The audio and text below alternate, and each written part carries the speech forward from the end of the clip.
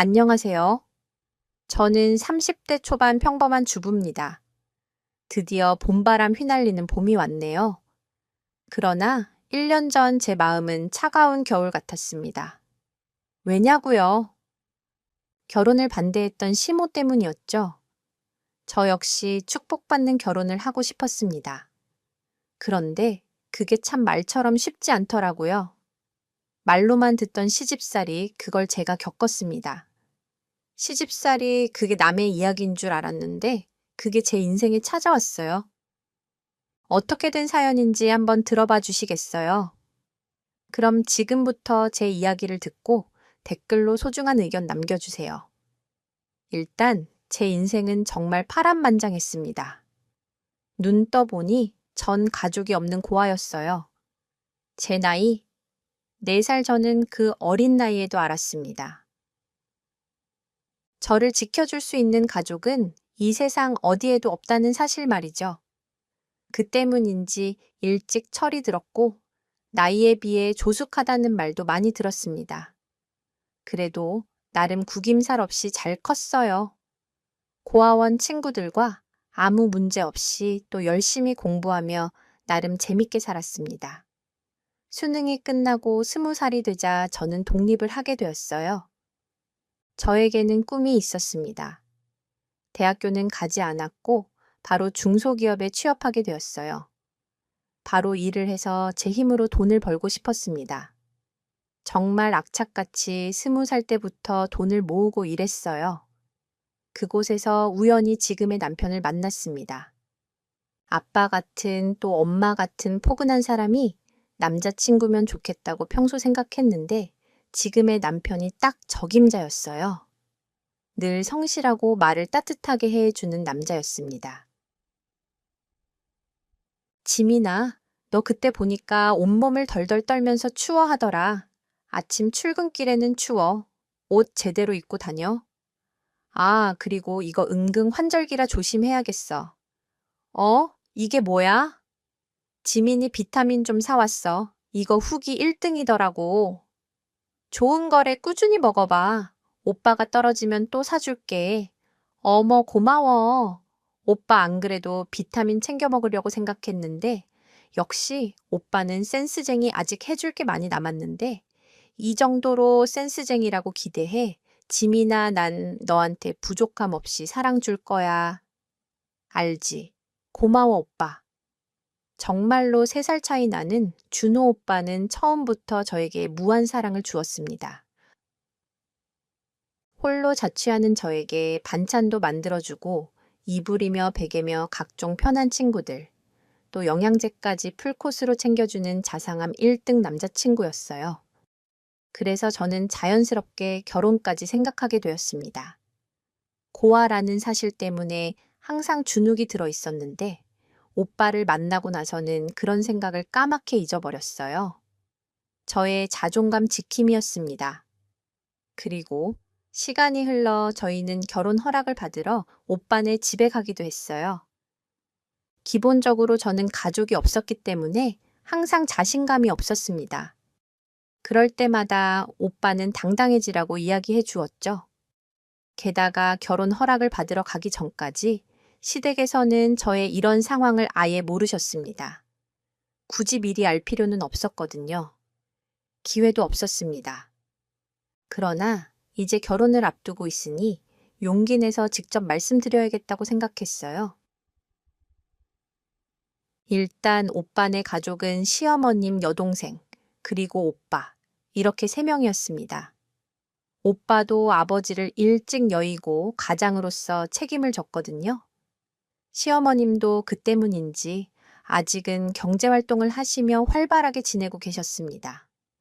저의 정체를 밝히고 결혼 허락을 받으러 가기 전까지도 심장이 너무 터질 것 같았어요. 하지만 언제까지나 미룰 수는 없었습니다. 그리고 좋은 날을 잡아 인사를 드리러 갔어요. 엄마, 우리 왔어. 그래 들어와라. 무슨 진수성찬이야? 안녕하세요. 어머님, 준호 오빠, 여자친구 김지민이라고 합니다. 그래요. 아이고, 이쁘네. 어머님이 더 고우세요. 싹싹 해라 그래. 배고프죠? 어서 들어와요. 맛있는 거 해놨어. 입에 맞을지 모르겠네. 제가 온다고 그날은 갈비 잡채, 수육 제육볶음 등 정말 상다리가 부러질 정도로 음식을 차려 놓으셨어요. 정말 감사했습니다. 뭔가 환영받는 기분이었어요. 어머님, 와, 정말 맛있게 먹었습니다. 저 밥 한 공기 더 먹어도 되죠? 그래, 그래, 나야. 고맙지, 어머. 잘 먹네. 아니, 음식들이 정말 다 맛있어요. 이건 밥 두 공기는 먹어야 해요. 그렇게 화기애애한 시간들이 지나가고 드디어 오빠와 저는 결혼 이야기를 꺼냈습니다. 저 엄마 예상했겠지만 우리 이젠 아이도 있고 연애만 하기에는 시간만 가는 것 같아서 지민이랑 같이 살고 싶어 결혼 허락해 줄 수 있어. 결혼 어머! 너무 잘 됐다. 네네, 어머님 감사합니다. 저 오빠 많이 좋아해요. 오빠도 저한테 정말 잘해주고요. 오빠 덕분에 드디어 행복을 찾았어요. 그래, 더위가 좋다면, 그럼 슬슬 식을 잡아야 할 텐데 말이다. 지민이 집에는 말씀드렸고, 아유, 엄마, 내가 너무 빨랐나. 슬슬 지민이 집에도 이야기 드리자. 어머, 이 엄마도 아들 장가 처음 보내잖아. 떨린다. 야, 엄마 지민이는 혼자야. 그래서 내가 더 잘 챙겨야 해. 혼자라니 그게 무슨 말이야. 지민이는 어렸을 때부터 고아원에서 자랐어. 성인 되고 독립했고, 근데 구김살 없이 정말 잘 자랐어. 그래서 결혼도 서두르고 싶은 거야. 내가 지켜주고 싶어. 어머님, 제가 말씀드릴게요. 전 4살부터 고아원에서 자랐어요. 친엄마 얼굴에 어렴풋이 생각나는데 생생하지는 않아요. 에이. 대신 전 엄마를 원망하지는 않아요. 다 사정이 있었을 거라 믿어요. 좀 외로웠지만 그래도 잘 견디면서 바르게 살려고 노력했어요. 일단 놀라셨을 텐데 미리 말씀 못 드려 죄송해요. 그런데 저도 준호 오빠 어머 됐어요. 그만 이야기해요. 갑자기 어머님이 차가운 존댓말로 바꿔 이야기하셨습니다. 뭔가 선을 긋는 느낌이셨어요. 아니, 김준호, 너 이런 중요한 이야기를 지금 하면 어떡해. 내가 너희 사귀는 건 알았지만 이게 말이 돼. 엄마 지민이도 있는데 왜 그래? 그리고 지금 그래서 말하는 거야. 또 그게 무슨 문제야? 우리가 좋으면 그걸로 됐지. 무슨 문제? 너 이거 엄청 심각한 문제야. 몰라서 물어. 내가 너 이렇게 아무것도 없는 집안에 보내려고 여태 키웠는 줄 알아. 아무리 못해도 엄마 아빠 중에 한 분은 계셔야 할 거 아니야. 엄마 지민이가 그걸 선택한 것도 아니잖아. 그럼 넌 왜 지민이를 선택한 거냐? 알고도 만난 거야. 너 사기 연애한 거 아니야. 어머님 아니에요. 저 오빠 진심으로 순수하게 만났고 처음부터 이 이야기를 오픈했어요. 아니, 오빠가 이해해줘서. 아니, 아가씨 당연히 우리 준호같이 착한 남자니까 이해해 주지 안 그래요. 며느리감 온다고 그렇게 이야기를 하길래 엄청 기대했어요. 그래서 아까 음식들도 무리해서 다 만든 거고요. 그런데 돈이 아깝네요. 진짜 고아인 건 물론 선택이 아니죠. 그리고 사정이 있을 테고 그건 알아요. 근데 내 자식한테 굳이 오는 건 난 반대예요. 너무 서운하게 생각 마요. 난 준호 엄마예요. 결혼 상대자는 나도 어느 정도 선택할 수 있는 거예요. 안 그래요. 아무리 준호가 좋다고 해도 내 자식 가시밭길 가는 건 두고 볼 수 없어요. 엄마가 뭐가 가시밭길이야. 천천히 다시 이야기 좀 들어봐. 너 고생길 훤히 보이는데 엄마가 그냥 있어. 장모님, 사랑도 받으면서 온전히 사랑받고 자란 여자가 구김살이 없는 거야. 알아, 지금은 안 보이겠지만 언젠가 애정 결핍이 나타나는 거라고. 너한테도 이제 엄청 의존하고 그럴 거야. 안 봐도 뻔하지. 왜 이런 여자를 데리고 와서 오늘 결혼 이야기는 못 들은 걸로 할게. 어서 가봐라들. 저 어머님 잠시만요. 제 이야기 좀 됐어요. 지민 씨도 우리 준호랑 정리하세요. 그게 서로에게 좋은 거예요. 농담하는 거 아니니까 새겨 들으세요. 2주, 그래 2주 줄게요. 그 안에 서로 정리하세요. 난 절대 결혼 못 시켜요. 엄마 좀 그만해. 뭘 헤어져 그게 말이 돼. 정말 폭풍이 지나간 시간이었어요. 어머님이 이렇게까지 냉정하게 말씀하시는 걸 처음 봤습니다. 또 오빠도 단단히 화가 났더라고요. 그리고 저는 또 좌절하고 말았죠. 저 때문에 모든 일이 일어난 것 같았어요. 결국 전 절망의 수렁으로 깊게 빠졌습니다. 어린 시절 고아원에서 느꼈던 그 어두운 수렁으로 제가 또 들어가게 되더라고요. 어쩔 수 없었습니다. 어머님의 마음도 이해는 했지만 정말 제 사정이 딱했어요. 저는 이렇게 태어나고 싶어서 태어난 게 아니었으니까요. 누구에게 하소연할 수도 없었습니다. 하지만 2주 만에 저희의 관계를 정리하는 건 말이 안 되었어요. 그리고 결혼하고 싶은 사람을 찾는 건 정말 하늘에서 별 따기처럼 어렵고 귀한 일이잖아요. 저는 이대로 오빠를 놓칠 수 없었습니다. 오빠 역시 어머니에게 화가 단단히 났어요. 하지만 무조건 싸우고 대둘 수는 없었습니다. 그러던 어느 날 회사 전화로 시어머님이 전화가 오셨어요. 지민 씨, 누가 지민 씨 찾는데 준호 이야기하면 알 거라면서. 아, 네, 저한테 연결해 주세요. 회사까지 전화를 하시다니 정말이지 미치고 팔짝 뛸 노릇이었지만 어쩔 수 없었습니다. 오빠를 이대로 포기할 수는 없으니까요. 여보세요? 그래, 나다 준호. 엄마야. 아, 안녕하세요. 회사 전화까지 어쩐 일로 지민이 너 내가 뭐 장난하는 줄 알았니? 준호한테. 전화번호 물어봐도 도통 안 알려. 주길래 내가 수소문해서 알아냈다. 일단 뭐 그게 중요한 게 아니고 오늘 퇴근 몇 시에 하니 한 10업시는 넘어야 할 것 같아요. 그래, 그럼 이따가 6업시 넘어서 그 회사 앞에 스타벅스 있더라. 거기서 좀 보자. 만나는 건 저도 너무 좋은데요. 어머님, 오늘 선약이 있어요. 취소하기 좀 어려운 약속이라. 어쩌죠? 제가 시간 내서 집에 찾아가도 될까요? 집에는 뭐 하러? 와, 너희 이제 헤어진 거 아니었니? 난 먼 길 가는 것도 이번이 마지막이야. 약속, 그거 그래봤자 친구 만나는 약속 아니야. 그냥 걔 오늘 급한 일 생겼다고 하고 나와 이따가 갈게. 시간 맞춰 와라. 네, 알겠습니다. 어렵게 연결된 전화였고 또 이번에 어머님과 제대로 이야기하고 싶었습니다. 준호 오빠에 대한 저의 진심을요. 어머님 말씀대로 친한 친구와의 약속이었기 때문에 친구에게 미안하다고 이야기하고 결국 그 자리에 나가게 되었어요. 예, 넌 어른을 기다리게 하니? 아, 죄송해요. 갑자기 퇴근할 때 일이 생겨서 핸드폰 번호도 몰라서 연락 못 드렸어요. 나 너한테 핸드폰 번호 안 알려줄 거야. 우리가 앞으로 이어질 인연이 아닌데 왜 알려줘? 길게 이야기하지 않을게. 일단 준호네가 어렵게 키웠어. 나도 일찍이 준호 아빠 그렇게 보내고 악착같이 애들 키웠어. 난 우리 아들 절대 고생시키고 싶지 않아.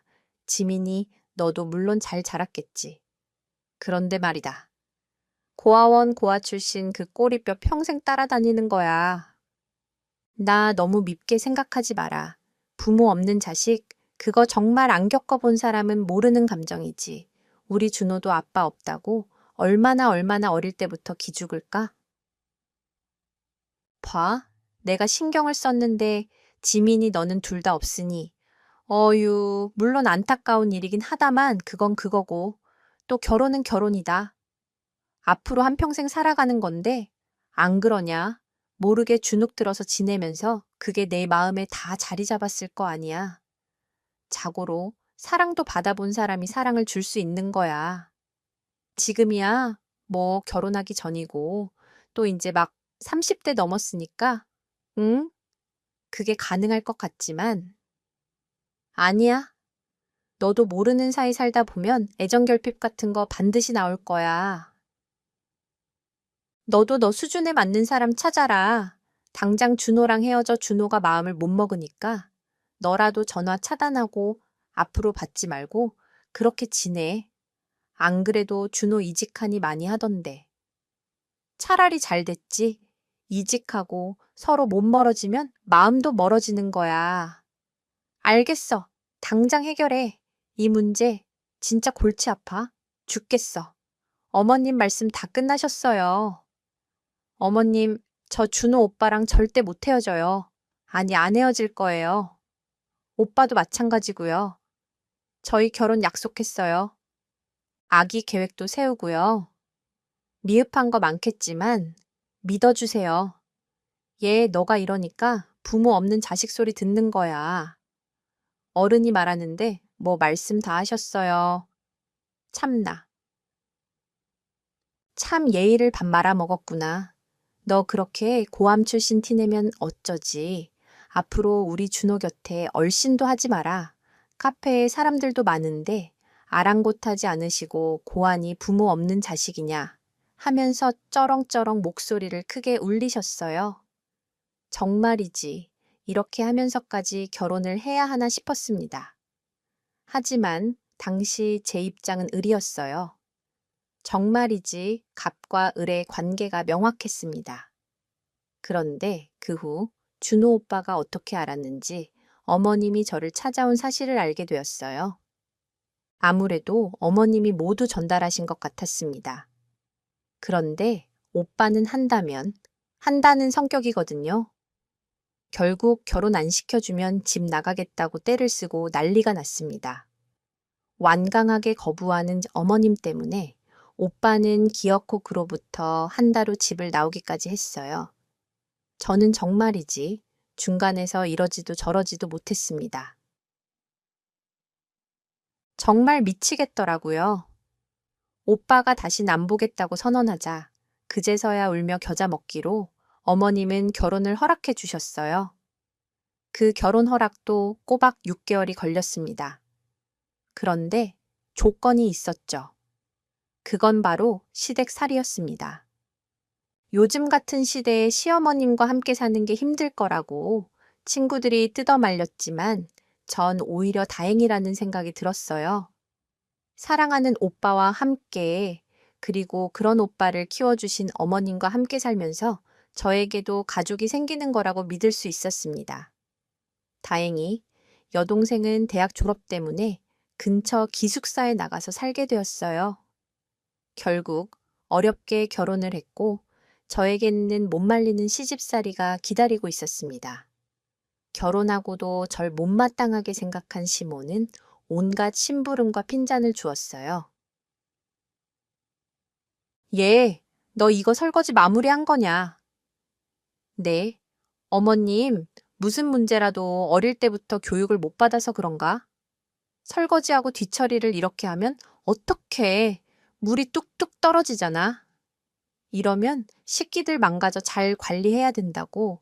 아유, 뭘 해봤어야 알지. 네, 네, 주의할게요.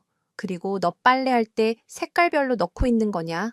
옷을 입었는데 하얀 먼지가 묻었더라고. 이런 거 구분해서 넣는 것도 모르니? 아, 네. 네, 당연히 구분해서 넣었는데요. 아마 먼지가 묻은 거 아닐까요? 예, 자연스럽게 묻은 먼지랑 세탁 빨래하면서 어쩔 수 없이 묻은 먼지랑 같니? 너 이런 거 잔소리라 생각하지 마라. 너 어릴 때부터 고아여서 모르나 본데 이런 생활의 지혜가 진짜 쓸모 있는 거야. 그런데 어머님, 제가 물론 아직 살림하는 게 미흡하고 낯설어서 쉴 수도 있겠지만 그건 앞으로 잘 배우면서 노력할게요. 하지만 제가 어릴 때 고아여서 그런 건 아니에요. 모든 원인을 그걸로 찾지 말아주세요. 어머님, 저 이제 어머님이랑 식구예요. 가족이라고요? 고아라는 이야기는 솔직히 좀 그래요. 너 웃기다. 내가 뭐라 했니? 그리고 맞잖아. 고아 내가 틀린 말한 게 하나도 없는데 뭘 그리 사람을 궁지로 몰아세워. 너 시어미한테 그렇게 따박따박 말하는 것도 그래. 그것도 옛날부터 가정교육을 받았어야 하는데. 아유, 어머님 그만하세요. 제발 저는 정말 화가 났습니다. 시어머님을 떠나서 이건 사람 대 사람으로서 화가 났어요. 고아라는 편견을 가지고 제가 하는 일마다 간섭을 하시며 딴지 걸고 무시하는 걸 참을 수가 없었습니다. 그리고 밥이며 청소며 그리고 어머님 속옷 빨래까지 직접 시키셨어요. 물론 며느리로서 하는 일이죠. 그런데 단 한 번도 도와주시거나 고맙다는 말 한마디 없으셨습니다. 참 같은 여자로서 서운하더라고요. 남편은 이런 사실을 모두 알고 있었어요. 그래도 다행히 남편은 중간에서 역할을 잘해 주었습니다. 어머님 앞에서는 적당히 어머님 편도 들고 다시 저한테도 사과하면서 그렇게 지냈어요. 정말이지 남편이 없었다면 진작에 집을 나갔을 것 같습니다. 바다같이 넓은 남편에 어머님이 왜 저러실까 정말 의문스러웠어요. 이건 무슨 돌연변이 어머님이셨습니다. 그리고 어느 날 어머님은 새벽부터 저를 부르셨습니다. 얘 있다. 오후에 동창 친구들이 여기 근처에 놀러 온다고 해서 우리 집에 들르기로 했거든. 장도 좀 보고 맛있는 요리도 좀 해놔라. 한 5명 정도 올 거니까 음식 생각하고 해라. 그 갈비찜. 그거 하려면 미리 고기 물에 재워두고 제대로 해라. 친구들 앞에서 면 좀 세우게 알겠냐. 뭐라고요? 어머님 잠결에 들어서 제대로 못 들었어요. 아유, 짜증. 나 넌 좀 일어나라 해가 떴는데 무슨 아직도 잠을 자냐. 밥 좀 하라고. 이따가 내 친구들 5명 정도 올 거니까 고아원에서 나름 요리 반장을 할 정도로 저는 음식 솜씨가 좋았습니다. 또 이참에 점수를 좀 따고 싶었죠. 포기. 갈비 닭볶음탕 각종 전까지 붙여서 상다리가 휘어질 정도로 상을 차려두었습니다. 이윽고 어머님 친구분들이 집에 오셨어요. 미자야, 우리 왔어. 어머, 어서들. 와, 이게 얼마만이야. 야, 너 비자 그대로다. 너 보톡스. 그런 거 맞아? 어쩜 주름 하나 없어. 아이, 무슨 너희들도 그대로다. 어서들 들어와, 배고프지. 와, 이게 다 뭐야? 아이고, 음식하느라 고생했네. 안녕하세요. 저는 첫째, 며느리예요. 반갑습니다. 오시느라 고생 많으셨어요. 어머, 이쁘다, 첫째. 며느리야. 와, 미자야. 너 아들 농사 잘 지었네. 뭘 잘 지어? 얘, 너는 국 좀 내와라. 어머님은 친구분들에게 절 소개하지도 않으셨어요. 그리고 한창 밥을 먹는데 친구분들이 저에게 질문하셨습니다. 그래, 지민이라고 했나? 아이쿠, 새댁이네, 새댁이야. 결혼한 지 얼마나 된 거야? 코로나 때문에 결혼식도 제대로 못했겠다. 네, 네. 이제 1년 좀 넘었어요. 저희 그냥 작게 스몰 웨딩 했어요. 오, 그래. 요즘 그게 대세라고 하더라. 우리 딸도 그거 한다고 하더라. 근데 또 친정은 딸 시집 보낼 때 또 마음이 안 그래. 난 우리 딸 돈은 좀 들더라도 제대로 사람들 속에서 축복받으면서 결혼식 하길 바라거든. 지민이 부모님은 괜찮다고 했어. 그게, 아유, 시끄럽고 됐어. 아줌마들이 무슨 질문이 그렇게 많아. 얘, 너는 우리 사이에 끼지 말고 방에 들어가 있어라. 오랜만에 친구들하고 이야기 좀 하게. 아이고, 미자야, 넌 왜 그러냐. 간만에 여동생하고 이야기하는 것 같고. 좋은데, 왜 이제 1년 넘었으니 부담 가지지 말고 천천히 아기도 낳고. 그러면 돼. 절대 스트레스 받지 말고. 제가 무슨 동생이야. 어른들 사이에서 못 자라서 그런 거 몰라. 그리고 아기는 바라지도 않아. 엄마 준비가 되어야 아이도 편안하게 사는 건데. 지민이, 얘는 그런 감정을 모르니. 뭐, 그게 무슨 말이야? 아냐, 아냐, 과일도 먹어. 네네, 편하게 대화하세요. 전 이만 친구들 앞에서 제 집안 이야기가 나오자 불이 나게 저를 다른 방으로 내쫓으셨습니다. 그리고 행여나 친구들이 아실까봐 얼마나 눈치를 주셨는지 몰라요. 저는 좀 서럽더라고요. 제가 무슨 죄를 지은 건 아니지 않습니까? 시어머님이 물론 엄마가 될 수는 없겠지만 전 마음으로 가족이 되었다고 믿었는데 아직 그러려면 한참 먼 것 같더라고요. 사실 저는 1년 넘게 힘들게 지냈어요. 정말 그럴 때마다 마음을 굳게 먹었습니다. 고아원에 있을 때도 늘 외롭고 힘들었지만 스스로 긍정적인 생각을 하며 버티고 또 버텼어요. 게다가 제 편인 남편이 있으니 그나마 버텼어요. 그리고 어느 날 오빠는 카톡 프로필 메인 사진을 바꿨습니다. 제가 그나마 어릴 적 친엄마랑 찍은 사진이 있거든요. 고아원 선생님께서 어렵게 구해주셨는데 아직도 가지고 있습니다. 엄마는 생머리에 청순한 느낌으로 생기셨어요. 어릴 때는 이 사진만 보고 엄마를 기다리면서 그렇게 펑펑 울었는데 이제는 별 감흥은 없습니다. 엄마가 믿거나 원망스럽지도 않고요. 오빠는 제 어린 시절 모습이 너무 귀엽다면서 사진을 올렸어요. 시어머님이 또 핀잔을 주지 않을까. 노심초사였지만 이제 그런 건 신경 쓰지 않으려고 했습니다. 어머님도 제 진심을 알아주시는 날이 올 거라 믿으면서요. 저는 결혼 이후에 직장을 퇴사했습니다. 아무래도 아기 계획도 있고 또 게다가 시어머님께서 그만두라고 성화를 하셨거든요. 그래도 곧 아기를 낳을 생각을 하면서 좋게 받아들였어요. 하루는 오빠가 퇴근하고 다 함께 저녁 식사를 하다가 제 어린 시절 카톡 사진을 어머니께 보여드렸습니다. 엄마, 이것 좀 봐. 진짜 귀엽지 뭔데 그러냐? 이게 누군데? 그지? 지금 지민이랑 완전 딴판이지. 내가 확대해줄게. 여기에 손가락 좀 봐. 진짜 작지 않아. 이 사진이 누구라고. 주민이 지민이 어린 시절 사진이야. 그나마 남아있는 엄마 사진이라고 했지. 어머님도 진짜 미인이시다. 주민이랑 똑 닮은 것 같아. 그래, 오빠마저 완전 아기다. 그때 잠깐 엄마 품에서 따뜻하게 잠잤던 거. 그 일밖에 생각이 안 나. 하긴 뭐 워낙 어릴 때니까. 그런데 뭐 어쩔 수 없지. 그래도 이 사진 보면서 버텼어. 이 사진이라도 남아서 다행이야. 이건 엄마가 놓고 간 거겠지. 이게 엄마 사진이니? 아, 네네. 유일하게 한 장 남은 건데 그때 보육원 선생님께서 주셨어요. 어릴 때 왜 애들이 물건 잘 잃어버리잖아요.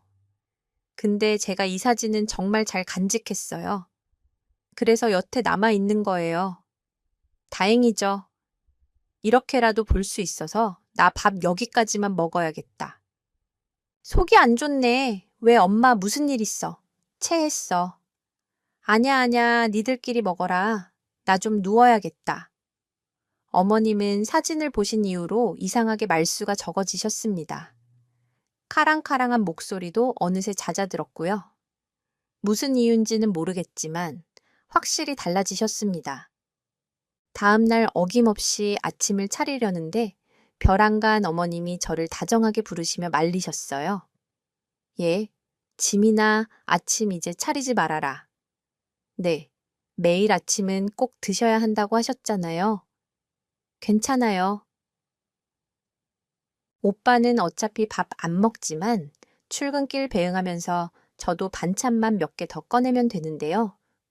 뭐, 어머님 아침 드셔야 어지럽지 않으시잖아요. 아냐. 너도 아침 잠 못 자고 일어나서 만드는 건데 이게 하루 이틀이면 하는데 매일은 못하지. 그냥 나도 대충 빵을 먹든 알아서 차려 먹을 테니까 굳이 매일 일이라고 생각하고 일어나서 하지는 말아라. 그래도 될까요? 그럼 저야 감사하죠. 그럼 저한테 언제든 차려달라고 말씀하세요. 제가 아침 밥 차려드릴게요. 그래. 그리고 너 여기 동네 친구 몇 명 있다고 하지 않았어. 친구들 좀 만나고 그렇게 좀 지내라 내내. 근데 뭐 다들 바빠서 아무리 바빠도 친구랑 수다 떨 시간 정도는 있지. 주말에 콕 박혀 있지 말고 가끔 친구들도 만나고 그렇게 재밌게 지내라. 네, 네, 감사해요. 신경 써주셔서 이상했어요. 제 개인적인 이야기를 들어주시고 또 배려해 주신 건 처음이었습니다. 도통 이해가 가지 않았지만 내심 마음에서 웃고 있었어요. 언젠가는 어머님이 제 진심을 알아주는 날이 올 거라고 믿으며 지냈는데 드디어 그날이 왔다고 생각했습니다. 그리고 처음으로 어머님이 고아원에 대한 이야기를 물어보셨어요. 평소 친구들이나 어떤 누구 앞에서도 제 그런 사정을 숨기려고 하셨지 오픈해서 이야기하는 경우는 전혀 없었습니다. 지민아, 너 그 고아원을 몇 살 때 갔다고 했냐?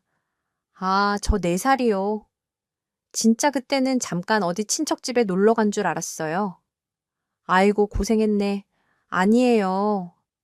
초등학교 때는 비 오면 왜 엄마들이 우산 가지고 오시잖아요.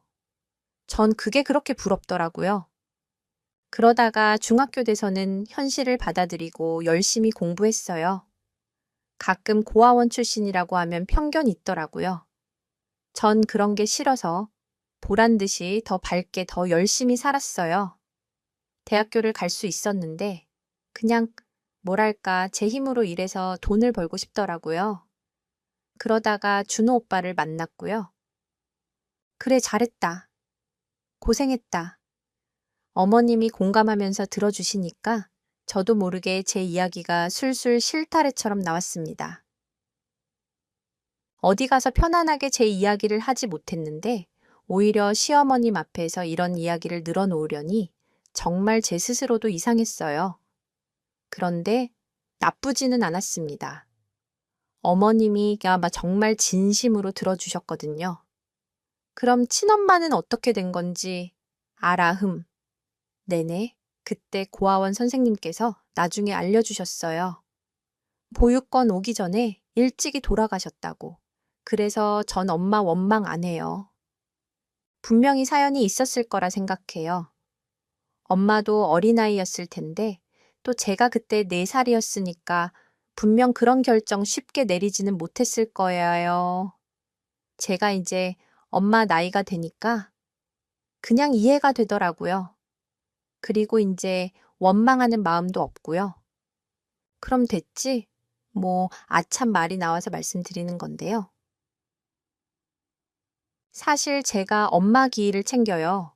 물론 낳아서 길러주신 적은 없지만 그래도 제가 챙겨야죠. 안 그래도 다음 달 초에 엄마 기일이라 매번 제사 지내거든요. 혼자 살 때는 문제 없었는데 결혼하고 나서 어떻게 해야 하나 고민했어요. 어머, 그러냐? 왜 말 안 했냐? 그래, 그럼 챙겨야지. 당연히. 아, 진짜요. 어머님 불편하실까봐. 아냐, 아냐. 그게 사람 도리지. 아무리 그래도 엄마는 엄마잖아. 그치. 감사해요. 어머님이 이렇게 말씀해 주시니까 괜히 눈물이 나네요. 캄나. 얘 그만 울어. 뚝 준호도 알고 있지. 얼마 안 남았으니까 미리 말해둬라. 그날은 야근하지 말라고 하고. 네, 네. 그래야겠네요. 감사해요. 정말? 그리고 시간이 흘러 엄마 기일 때가 되었어요. 아침부터 제사 준비를 했고 어머님도 옆에서 전도 붙여주시면서 도와주셨습니다. 정말 이상했어요. 하루아침에 사람이 이렇게 달라져도 될까요?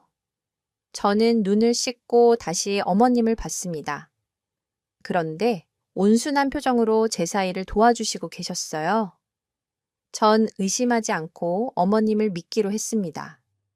오빠와 시어머님과 함께 제사를 지내고 나니 정말 든든하더라고요.